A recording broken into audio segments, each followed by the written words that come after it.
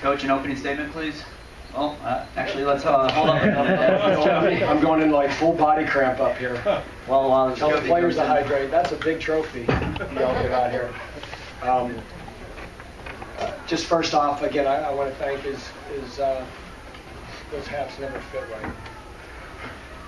So, first off, is Mark Meadows here? So Mark, I really want to thank you and your whole staff for inviting us.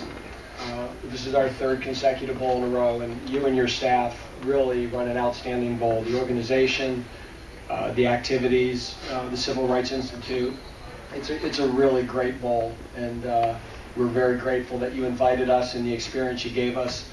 I also want to, congratulate Memphis. I've lost games like that before, and I know how, Mike and his staff and their players feel.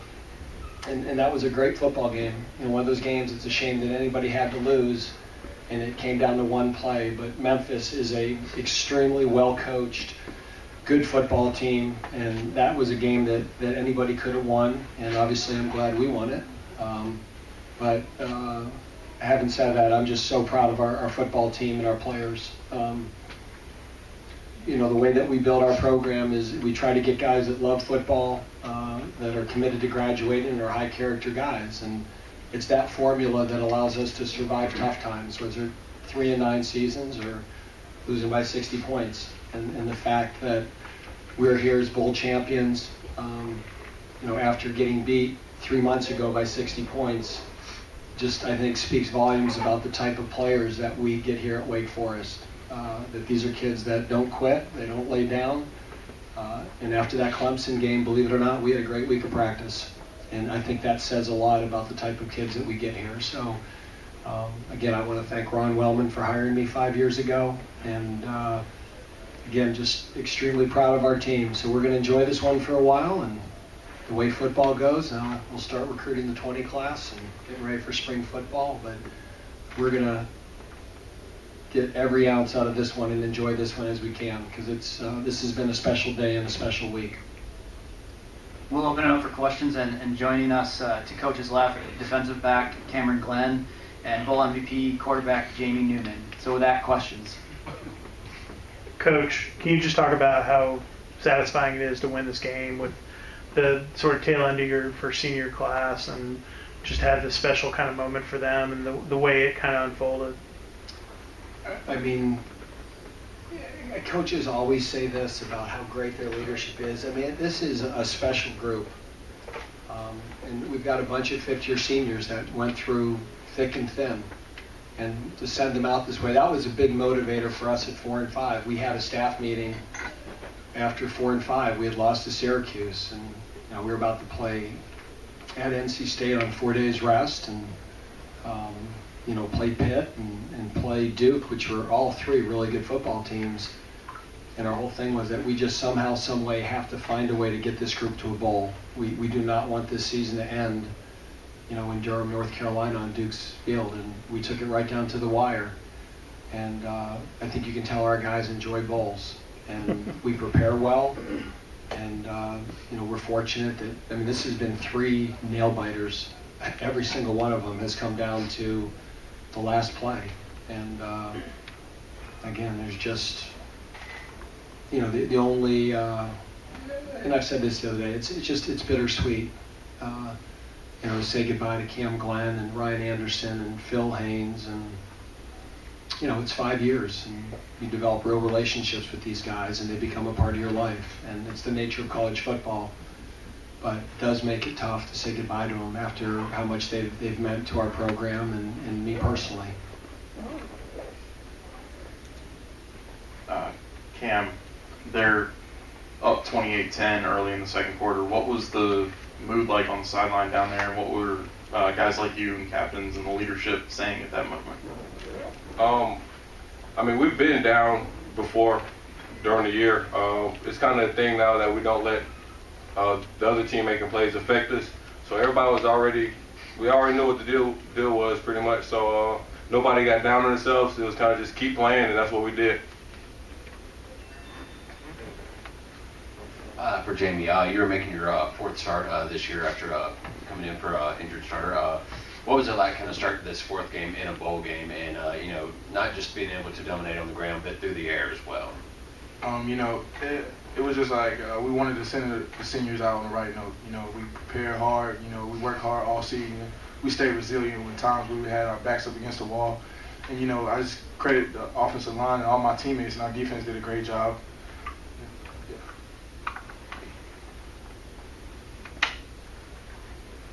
Jamie, of course, the one thing you can't do in a 2-minute drill is take a sack. You took one early in that drive. How did you shake it off so well and then finish that drive out so strong? And how big was Alex Bachman during that drive for you? I just credit Coach Clawson. He just stayed relaxed. He stayed calm. He just told me what I couldn't do. And when I took the sack, he told me, just relax. And next time, let's just throw it away. And Alex Bachman made some great plays down there. A lot of one-on-one balls, 50-50 balls, and he won. It's the same way I handle it in practice, right, Jamie? Jamie, did you stay calm, and did having gone through this at NC State kind of help in this situation? It's credit to Coach Clawson. We practice this every Wednesday throughout the week. We go through different scenarios and different situations. So this is like just another day in the office, like I said out there.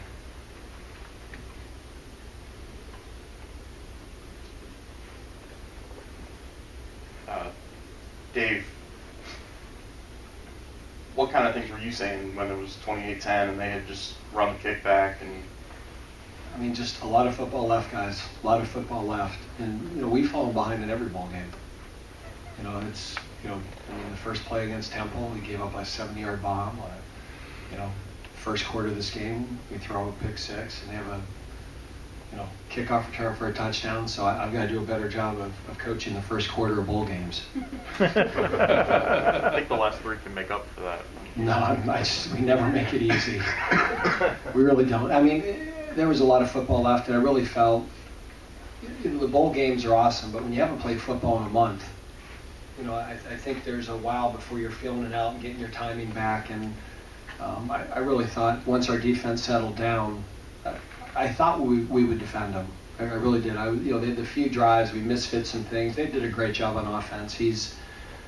Mike is a very, very talented offensive football coach. They do a great job, and they knew what we were doing and had some great schemes, and we kind of settled in, made some adjustments, and then we really played good defense from their second touchdown until a minute 15 left in the game. So we had a great run there of about 46 minutes, and then our offense, I was just glad we still had the time. I was almost glad that they scored when they did, because then we had a minute 15 and 3 timeouts, and that's a lot of time. And we just had to go down and make a play, and what a play by Bachman. It was almost very similar to the play he made at NC State on the pylon, and then you're just trying to manage the end of the game, and we almost scored too quickly. And then we did not. The pooch kick that we hit, the squib, was awful. And we gave them the ball in the 40, and then we cut loose their tight end on a grid route. And, but we practiced that at the end of the game. And we practiced that in our 2-minute drill on defense, saving a timeout, using Scotty for the jumpers, trying to ice them. And we got them to jump. I shouldn't say we got them to jump. They jumped, and now the field goal got a little bit harder. And, but we're sitting here celebrating if that kicks 3 feet to the left, we're in overtime, and who knows? It's, sometimes you're on the right side of it. Dave, you already answered 2 of my questions, so I'll go on to the third. You said that you're a little bit worried about them running out the clock, and you're kind of happy they scored when they did. Were you thinking about using some timeouts maybe earlier in that possession, and what was going through your mind? No, there? Once it got, I always try to keep it that there's more than a minute. And so once they had the ball on the 9-yard line, at that point I was going to use timeouts. And then they scored, so I didn't have to use one. But I was debating it, and at the time, probably the next play either way I was going to use a timeout, because you just want to you got to give yourself some time at the end if they do score. And I'm sure they're in there saying we scored too quickly, and then I'm saying at the end we scored too quickly. I don't think that's going to happen with a minute 15 left. back to Jamie. This was your fourth start. How have you been able to handle yourself, and as well as the pressure of being a starting quarterback, considering the position you were put in through an injury that was somewhat unexpected? And to that, Coach, what has been the most impressive thing about Jamie these past 4 games? I mean, the whole narrative of a backup quarterback. I mean, Jamie, I don't think one player on the team looks at Jamie as a backup. Jamie was competing for the starting job, and then he got hurt. And so when Sam got hurt and Jamie became the starter, it wasn't like, woe is us and we're in trouble. I mean, Jamie and Sam were going back and forth all of camp, and Jamie got hurt in the last scrimmage. So, Jamie played really well at Notre Dame and then got hurt again. I mean, he's like our whole team. He's been battling injuries, and we're very fortunate. When Sam got hurt, I think that might have been the first time all year Jamie was healthy. Now, if he went down, it was getting scary then. So there was always the debate of how much do you run him, because we really didn't, that was it. And so I think, Coach Ruggiero does a great job, and, it's game 13, we might as well run him. He's got 9 months to get healthy. And Jamie, sitting here as Bowl MVP, what does that mean to you? It's just a credit to my teammates and my coaches. I couldn't do it without them. Our offensive line did a great job of blocking today. It's probably my first performance where I had 100 plus on the ground. So it was all credit to the offensive line and my teammates. Cam, you asked yesterday, it was a rhetorical question, but you asked who wouldn't want to be a part of history. Do you feel like a part of history now, or does that take a couple of days to settle in? No, I feel like a part of history. As soon as that we look back and seeing that the ball was veering to the right, I felt a special feeling, kind of like an outer body experience, kind of felt like my soul just lifted out of my body or something. It's crazy. Like I said, this is why I came here to change the culture, and I feel like that's what we did. Cam, it seemed like you were playing like your hair was on fire in the first half, and then also defensively, kind of what did you guys do in the second half to get settled down and get all those stops in a row? We locked in, I guess. The first few series, they came out, they did some things that we haven't seen. A lot of emotions, they're up tempo. We just had to settle down, and that's what we did.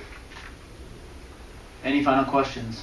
Dave, on that last drive, was Alex kind of the cliche of a senior in his last game? He looked almost possessed. No, what a way to go. It's you look last year and the way John Wolford played down the stretch, and today Alex Bachman.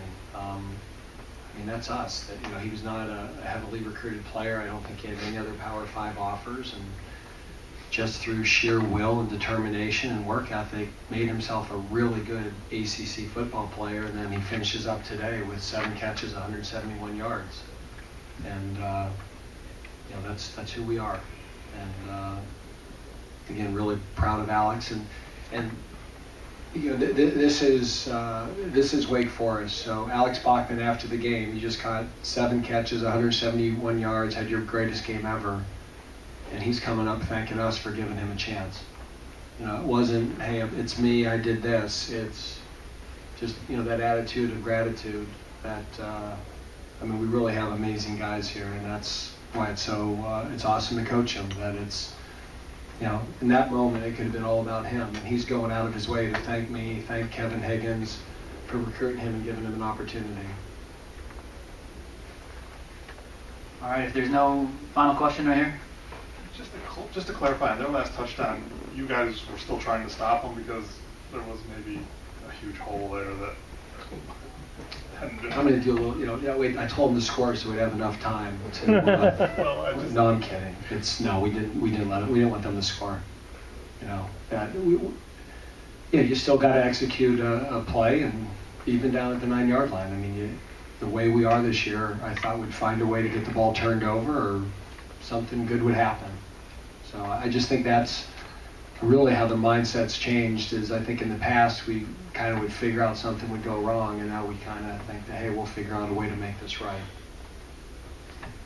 All right, well, Coach and guys, congratulations on behalf of everyone at the Birmingham Bowl, and safe travels back. And thank you to the city of Birmingham. I mean it. The people here have been wonderful to us, and the slogan of Southern hospitality and serious football, I think, is very accurate for the week we had. So thanks to everybody in Birmingham for being such great hosts. Thank you, Coach.